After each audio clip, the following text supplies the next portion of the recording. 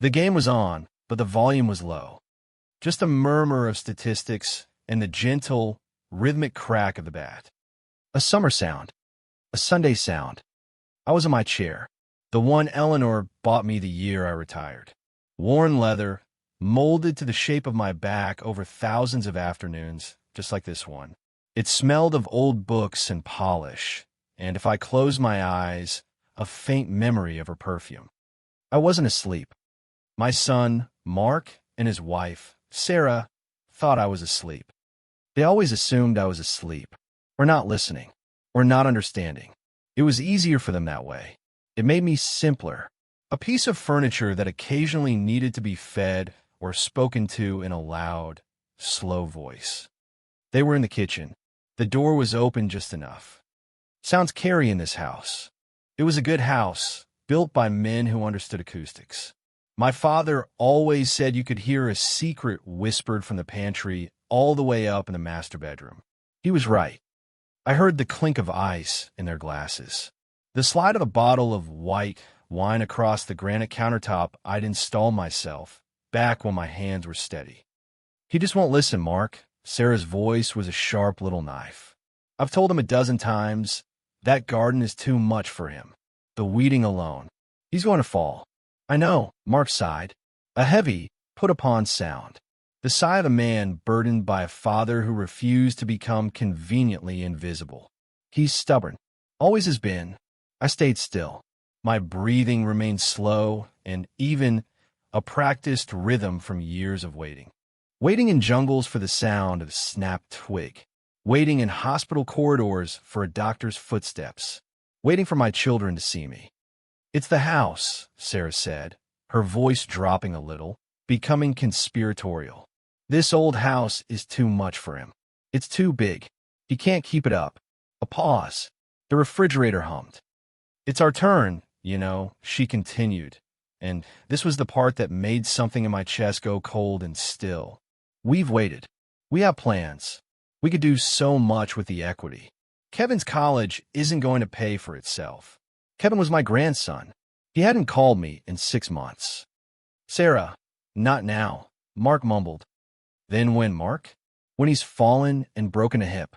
Well, he's left the stove on. It's a liability. We need to be practical.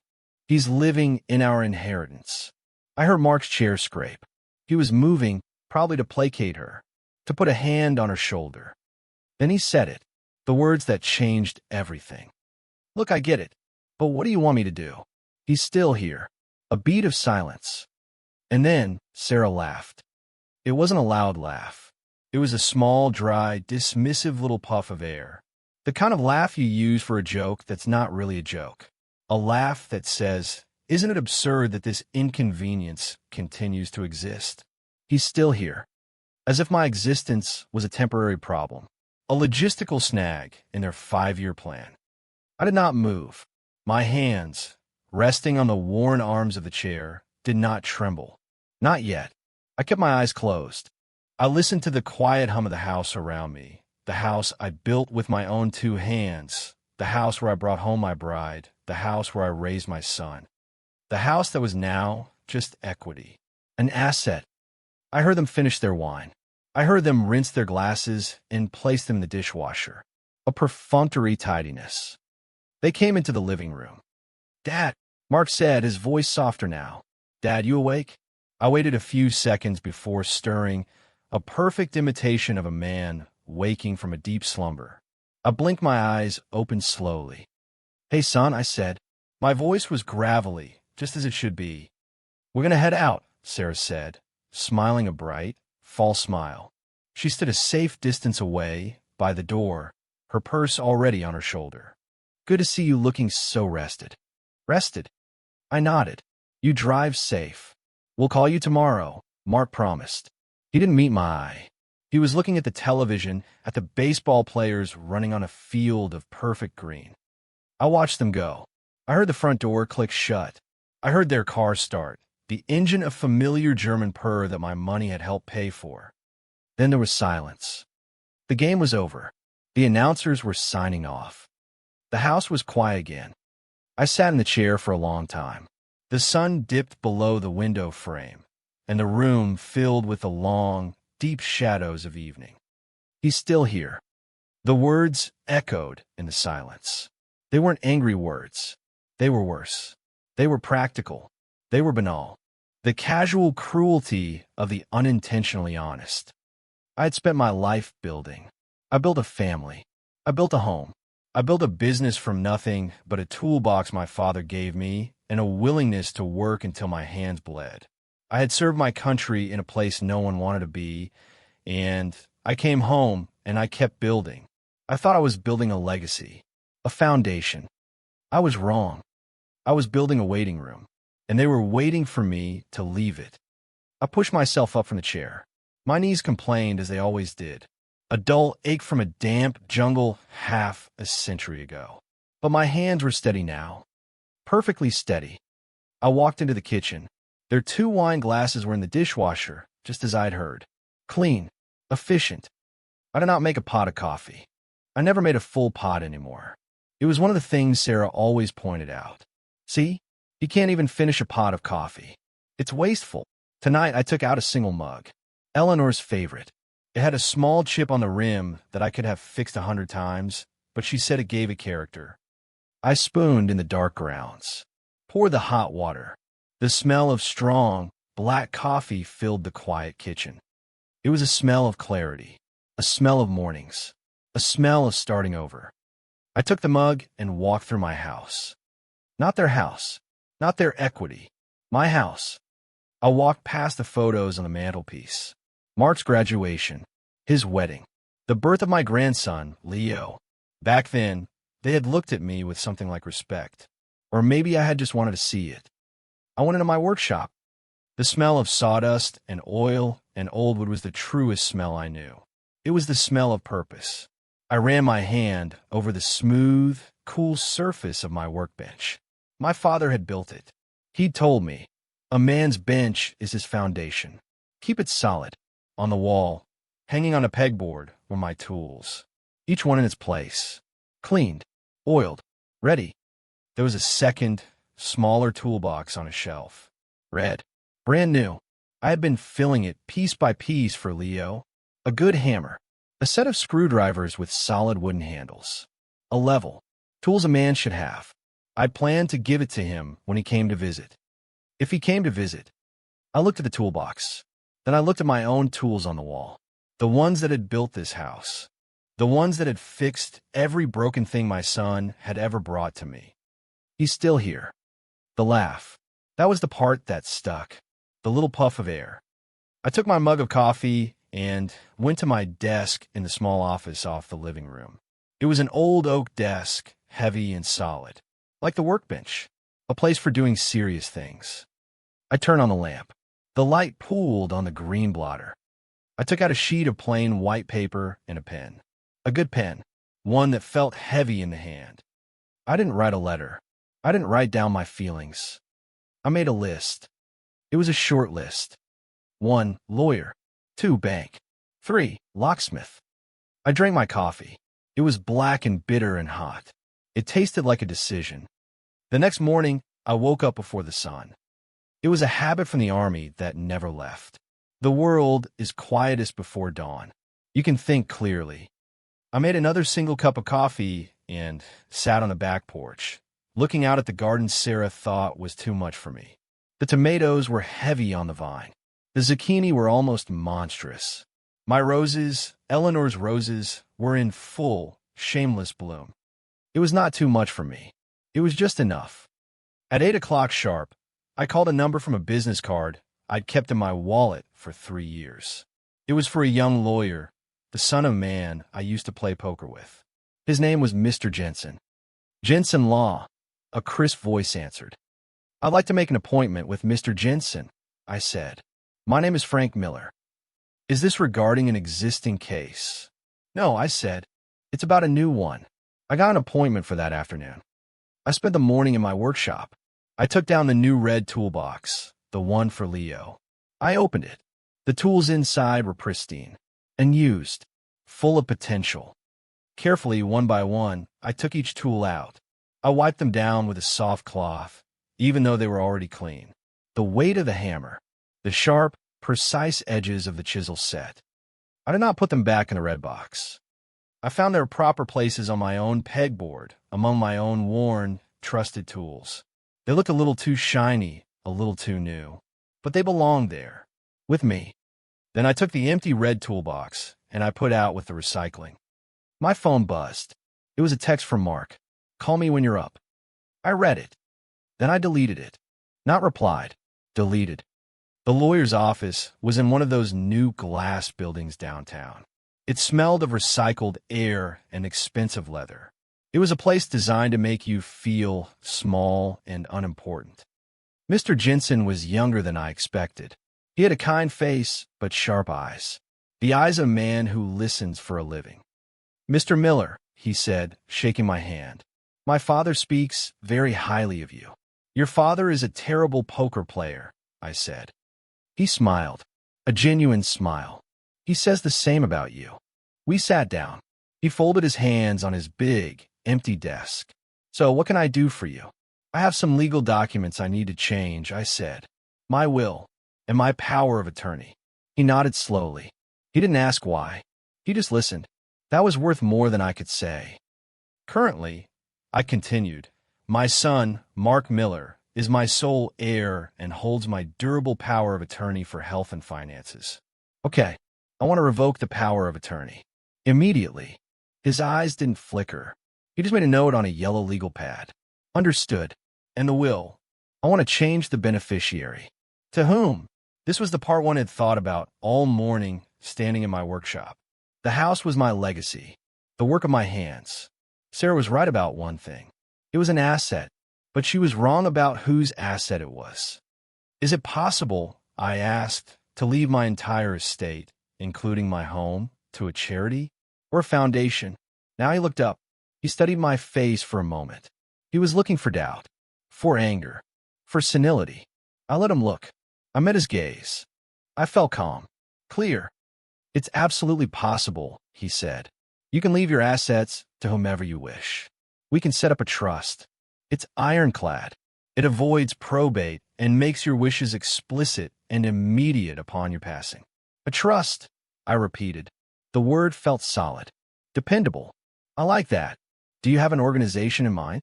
I thought about the young men I'd served with, the ones who came home and couldn't find their footing. I thought about the kids in my neighborhood who had nothing to do, nowhere to go. "I want the house to be sold," I said, "and I want every penny to go toward building something." "Building what?" "Homes," I said, "for people who need them. Low-income housing. Something useful. Something solid." Mr. Jensen put his pen down. He leaned back in his chair. "Mr. Miller," he said, his voice quiet, "that's a very generous legacy." "It's not generous," I said. "It's just correct. The house was built to shelter a family. If my family doesn't value it, then it should shelter other families." He nodded again, a slow, deep nod of understanding. "We can arrange all of that.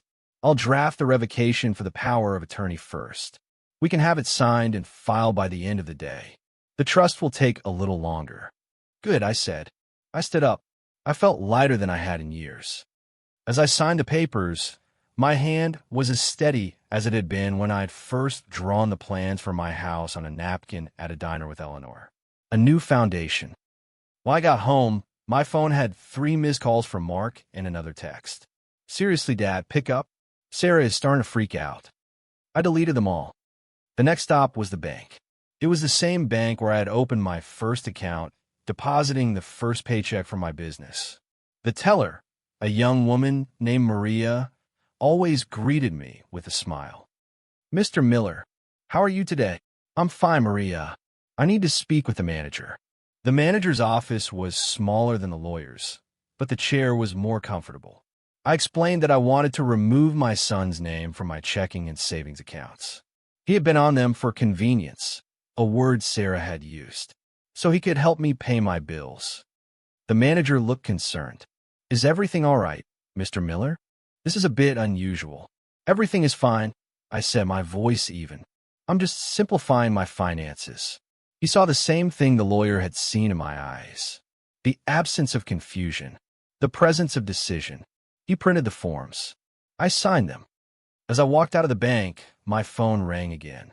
Mark. I let it ring until it went to voicemail. I knew what the message would say. A cocktail of worry, annoyance, and accusation. I didn't need to hear it. I already knew what they thought of me. The last stop on my list was the hardware store. Not for the locksmith, not yet. I bought a single heavy-duty deadbolt, the kind that takes a key on both sides. That evening, I installed it myself. I drilled the new holes, chiseled out the space for the strike plate, and fitted the lock into place. The scent of fresh cut would fill the hallway. It was a good smell, a smell of security, of boundaries. I turned the new key. The bolt slid home with a satisfying, solid thud. The house was mine again, completely. I slept that night in my own bed, in my own house, and for the first time in a very long time, I was not waiting for anything. The next day, the silence was different. It wasn't the lonely silence of being forgotten. It was the peaceful silence of being in control. My phone stayed dark. I had turned it off. The constant buzzing was a tether, and I was in the business of cutting tethers. I spent the morning in the garden. I staked the tomato plants, their branches heavy with green fruit. I pulled weeds with a slow, methodical rhythm. My back ached, but it was a good ache. The ache of work, not of waiting. The sun was warm on my neck. I could feel the life in the soil under my fingernails. Sarah's voice echoed in my head. That garden is too much for him. I smiled. Around noon, there was a knock on the door. Not the front door. The back door leading to the porch. I wasn't expecting anyone. I wiped my hands on my jeans and walked through the kitchen. Through the screen, I saw a familiar shape. It was Leo, my grandson. He looked taller than I remembered, thinner. He had the worried look of a college student during finals week. I unlocked the screen door and pushed it open. "Hey, Grandpa," he said. His voice was hesitant. "Leo," I said. It was just a statement. "Mom and Dad are kind of losing their minds," he said, shifting his weight from one foot to the other. "They've been calling, texting. They said you're not answering." "I've been busy," I said, gesturing to the garden. He looked past me at the neat rows of vegetables. "Wow, it looks great. It's a good year for tomatoes." An awkward silence hung between us. He was the messenger. I knew it, but there was something else in his eyes. Not the manufactured concern of his parents. Something real. "Can I come in for a minute?" he asked. I stepped aside. He walked into the kitchen. He looked around, as if seeing it for the first time. "Mom said you might be sick," he said quietly, "or that you fell." "I'm not sick," I said. I went to the refrigerator and took out a pitcher of iced tea I'd made that morning. I poured 2 glasses, and I haven't fallen. I handed him a glass. Our fingers brushed. His hands are soft. A student's hands. "They're saying you're punishing them," he said, not looking at me. He was looking at the chip on Eleanor's mug, which was drying by the sink. I didn't say anything. I just drank my tea. "They had this whole plan," he continued, his voice barely a whisper, "for the house. They were talking about it on Sunday. Selling it. Getting you into a place." I met his eyes. He looked ashamed. "I heard them," I said. His face fell. All the hesitation, all the awkwardness vanished. It was replaced by a look of profound sadness. "Oh, Grandpa, I'm sorry." Those 3 words. He didn't make excuses for them. He didn't try to explain. He just apologized for their behavior. It was a simple act of decency. It was everything I hadn't gotten from my own son. "It's not your fault, Leo," I said. And I meant it. "I know, but it's wrong. It's just wrong. This house, this is Grandma's house. It's your house. I remember her planting those roses with you." He remembered. A memory that wasn't tied to an inheritance or a 5-year plan. Just a memory. A boy watching his grandparents in the garden. Something in my chest, a knot I hadn't even realized was there, began to loosen. "I told them it was wrong," Leo said, his voice gaining a bit of strength. "I told them they were being ghouls. Dad got mad. Said I didn't understand adult responsibilities." I almost laughed. My son, Mark, talking about responsibility. A man who hadn't changed his own oil in 30 years. "What do you want, Leo?" I asked. It was a direct question. I was tired of guessing what people wanted from me. He looked surprised. "Want? I don't want anything. I was just worried. For real. Not their kind of worried. I wanted to see if you were okay." I studied his face. He had Eleanor's eyes. Honest. Clear. "I'm okay," I said. "I'm better than okay." He nodded, accepting it. "Good. That's good." We stood there in the quiet kitchen. The sunlight streamed through the window, illuminating the dust motes dancing in the air. "You know how to play cribbage?" I asked.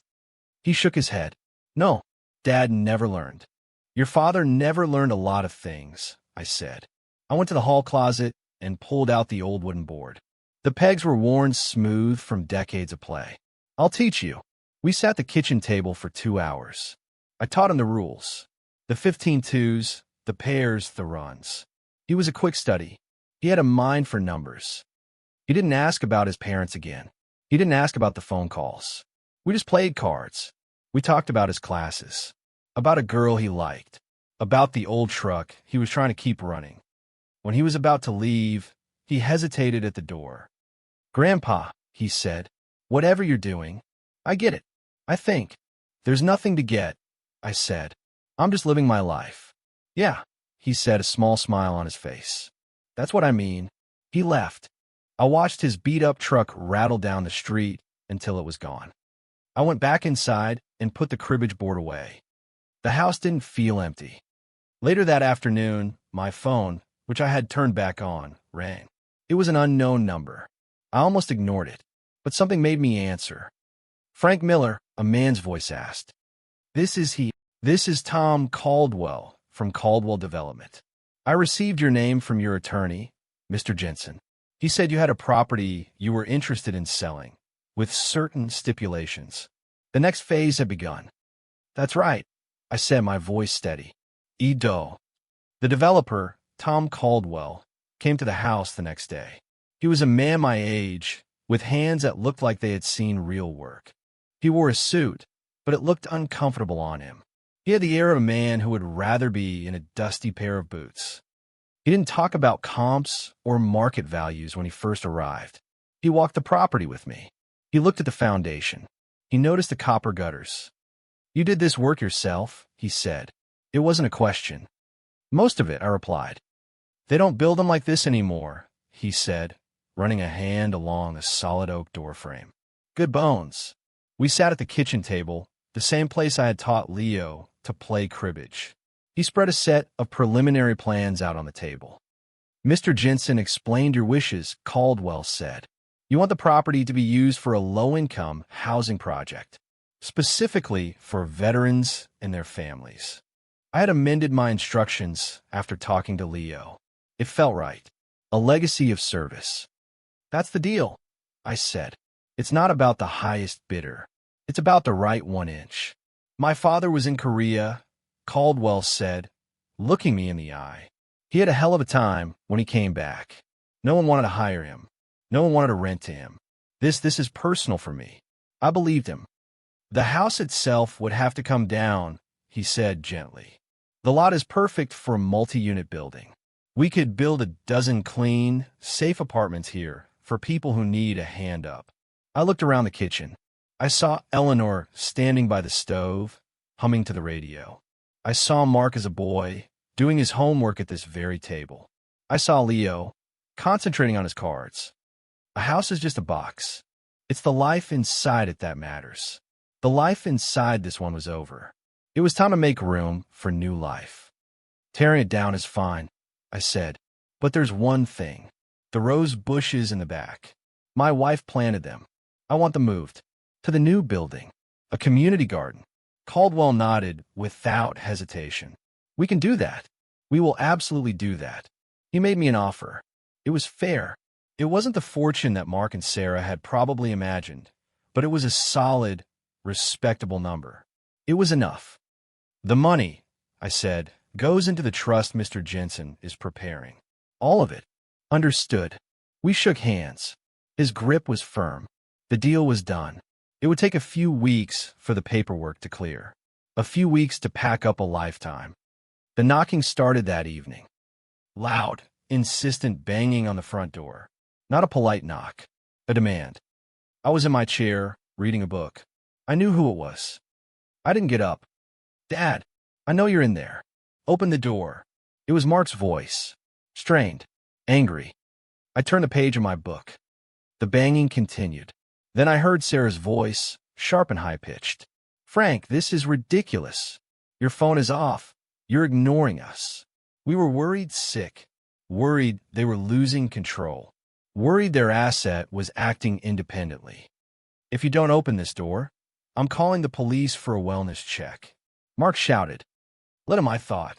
I was perfectly well. I was sitting in my own home, reading a book.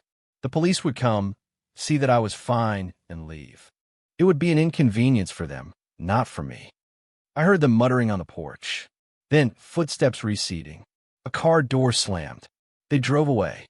The silence they left behind was filled with the ticking of the grandfather clock in the hall. A steady, unhurried sound. The next morning, I started packing. I wasn't taking much. I went through Eleanor's things first. I had kept her closet just as she'd left it. The scent of her was still there. I packed a small box with her photo albums, a few of her favorite books, and the porcelain music box her father had given her. Things that held her memory, not her monetary value. The rest of it, the clothes, the costume jewelry, the knickknacks, I packed into larger boxes. I called the local women's shelter. They were grateful.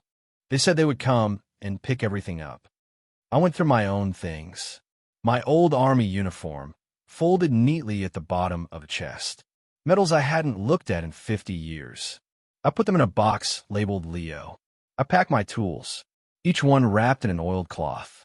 They took up 3 large crates. They were the heaviest things I owned, the most valuable. I packed my books, my records, the cribbage board, the chair. My chair would be the last thing to go. I worked all day. I didn't stop for lunch. The work was fuel. Every box I packed was a declaration of independence. My phone remained off. I did not need it. The world I was interested in was within these 4 walls. They came back 2 days later. This time, they were not alone. A police car was parked behind their shiny SUV. I saw them through the window. Mark and Sarah stood on the sidewalk, pointing at the house. They had the righteous look of aggrieved children. I opened the door before they could knock. 2 officers stood on my porch. One was young, barely older than Leo. The other was my age, with a weary face and a thick mustache. Mr. Miller? The older officer asked. Yes, I said. We received a call from your son. He was concerned for your welfare. I looked past them, at Mark, who was now walking up the driveway. His face was a mask of fury and feigned concern. As you can see, I am fine, I said to the officer. Dad, what the hell is going on? Mark demanded, pushing past the officers. He stopped in the doorway and looked inside. He saw the boxes, the empty spaces on the walls. His face went pale. What is this? What are you doing? I'm packing, I said calmly. Packing? Packing for what? Where are you going? The older officer put a gentle hand on Mark's arm. Sir, let's calm down. Calm down. Mark shook him off. He's locked me out of my own family home. He won't answer my calls. Now he's packing up everything. Sarah was now at his side. Frank, we were worried. We thought something happened to you. Something did happen, I said, my voice quiet but carrying in the still air. I heard you. In the kitchen. Last Sunday.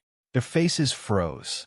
The feigned concern evaporated, replaced by a flicker of guilt, then defensiveness.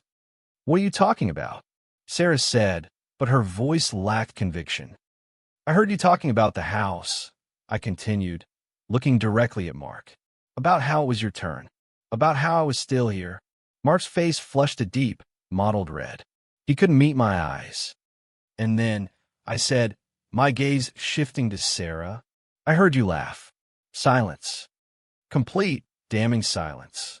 Even the young officer looked down at his shoes. Sarah's mouth opened and closed, but no sound came out. She looked like a fish gasping for air. You don't get it, Dad. Mark finally stammered. We were just talking. We're trying to look out for you.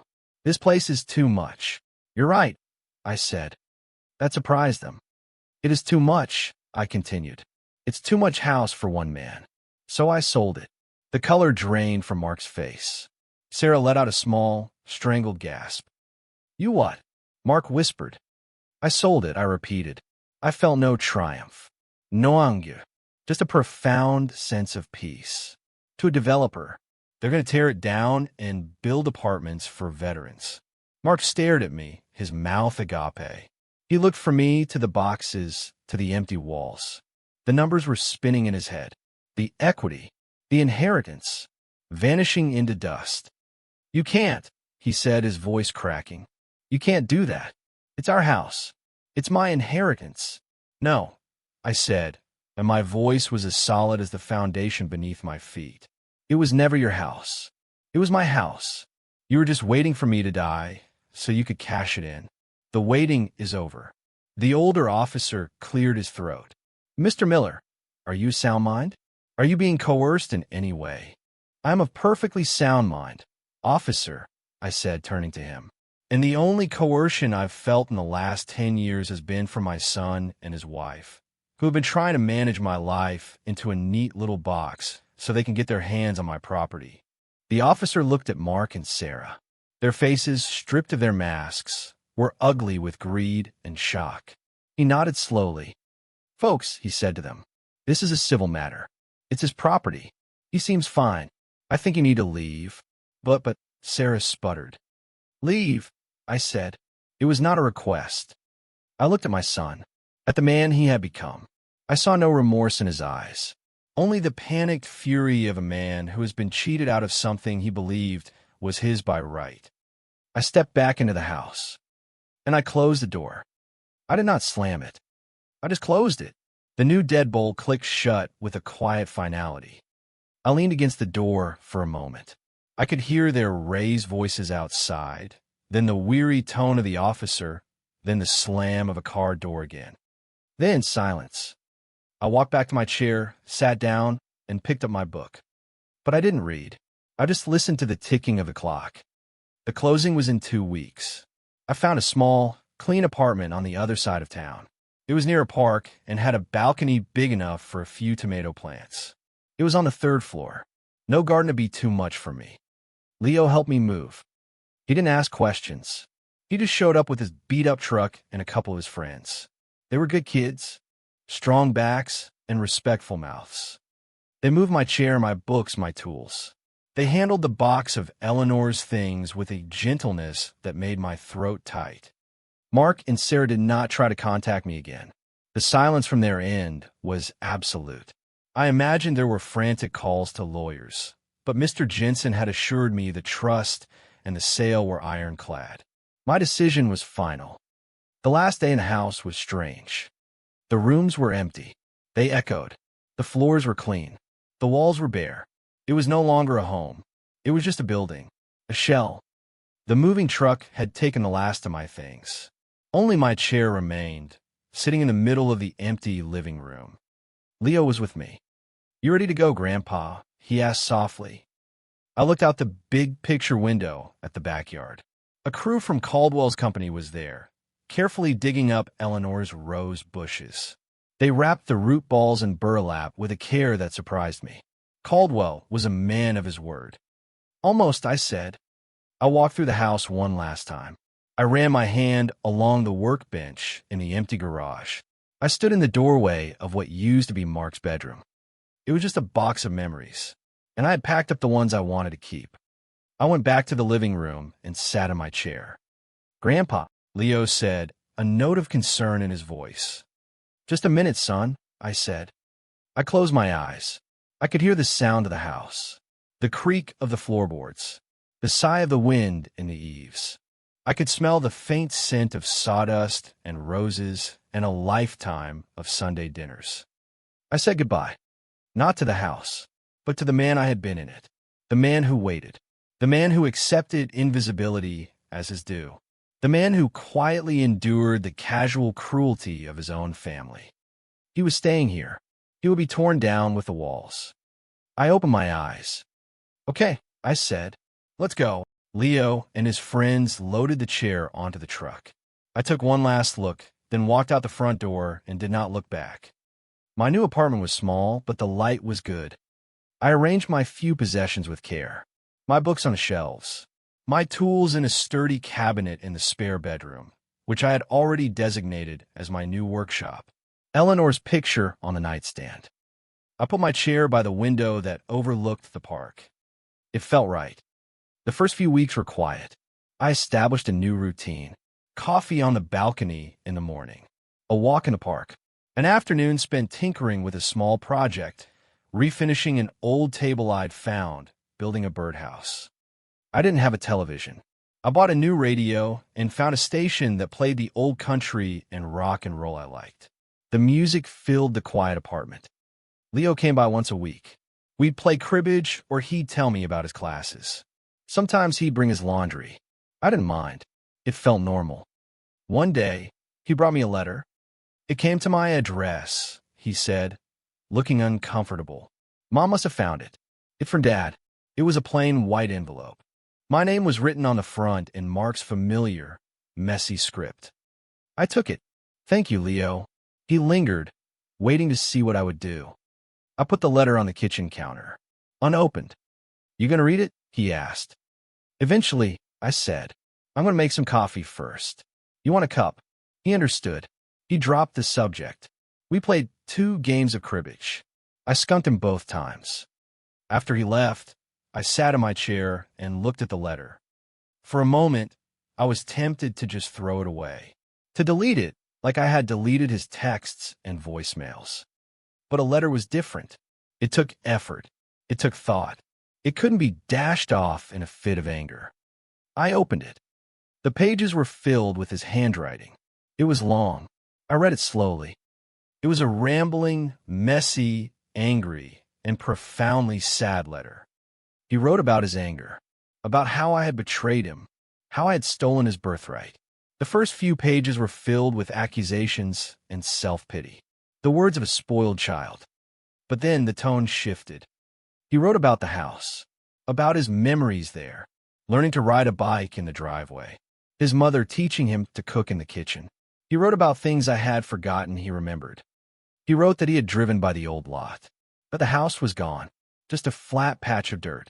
He said he had sat in his car and cried. He wrote that he was sorry, not just for what he'd said in the kitchen. He was sorry for not calling more, for not visiting without wanting something, for seeing me as a problem to be managed instead of a father to be loved. He wrote that he didn't understand me, but that he was beginning to understand that the failure was his, not mine. At the end, he asked for nothing. He didn't ask to see me. He didn't ask for forgiveness. He just wrote, I hope you are okay. I miss my dad. I folded the letter and put it back in the envelope. My hands were trembling, just a little. I did not cry, but I felt something shift inside me, a final piece clicking into place. The anger was gone, not just mine, his. What was left was just a vast, quiet sadness, a wasteland of wasted years. I did not call him. I did not write back. The letter was a start, but a start is not a destination. He had spent years making me feel invisible. He could spend some time now wondering if I had hurt him. My new life continued. The seasons changed. The leaves in the park turned gold, then fell. The first snow dusted my balcony. I finished the birdhouse and gave it to Leo. He hung it outside his own apartment window. I joined a veterans group at the local community center. I played poker on Tuesday nights with men who understood silence, men who had their own ghosts. My father was right. I was a terrible poker player, but they let me play anyway. One afternoon, Mr. Jensen called me. Frank, he said, his voice warm, I have something for you. The Caldwell Project, the Miller residence, is having its dedication ceremony next week. They'd like you to be there. The Miller residence. They had named it after me. I don't know, I said. I wasn't one for ceremonies. Tom Caldwell specifically asked, and he wanted me to tell you the Rose Garden is thriving. I was quiet for a moment. I'll be there, I said.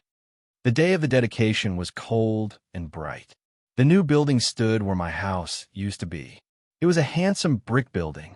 Simple, solid, nothing like the house I had built, but it had good bones.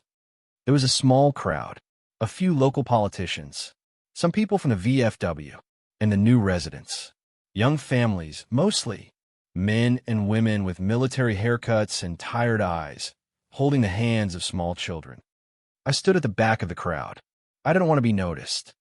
Tom Caldwell gave a speech. He talked about honoring veterans, about providing safe and affordable homes. Then he said, "This project would not have been possible without the vision and generosity of one man. A man who understood that a home is more than just an investment. It's a foundation. He wanted to turn his own foundation into a new beginning for others." He looked out into the crowd, searching for me. I stayed in the shadows. After the speeches, they cut a ribbon. People applauded. The new residents began to get the keys to their new homes. In the corner of the property, near the entrance, was a small, beautifully landscaped garden. And in the center of it were Eleanor's roses. They were dormant for the winter, but their thorny branches reached for the sky, promising future blooms. A young woman with a baby on her hip came and stood beside me, looking at the garden.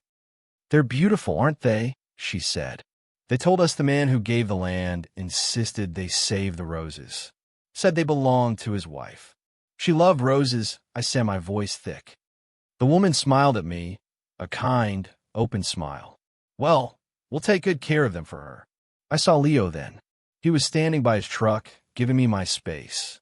He nodded at me, a gesture of understanding. As I was about to leave, I saw another car pull up across the street. A familiar German SUV. Mark got out. He didn't get out and storm over. He just stood by his car, his hands in his pockets, and looked at the new building. He looked at the families going inside. He looked at the garden. He saw me. Our eyes met across the street. He didn't wave. He didn't shout. He just gave a small, almost imperceptible nod. It wasn't a greeting. It felt like an acknowledgement, a concession. I nodded back, once. Then I turned and walked away toward Leo and his waiting truck.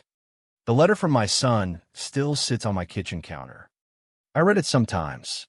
It's a reminder that change is possible, that even the most stubborn foundations can crack, that sometimes you have to tear everything down to build something new. My life is quiet now. It is small. It is my own. I'm not waiting for a phone call. I am not waiting for a visit. I am not waiting for my children to see me as a person. I'm no longer still here. I am simply here. And that, I have discovered, is more than enough. It is everything.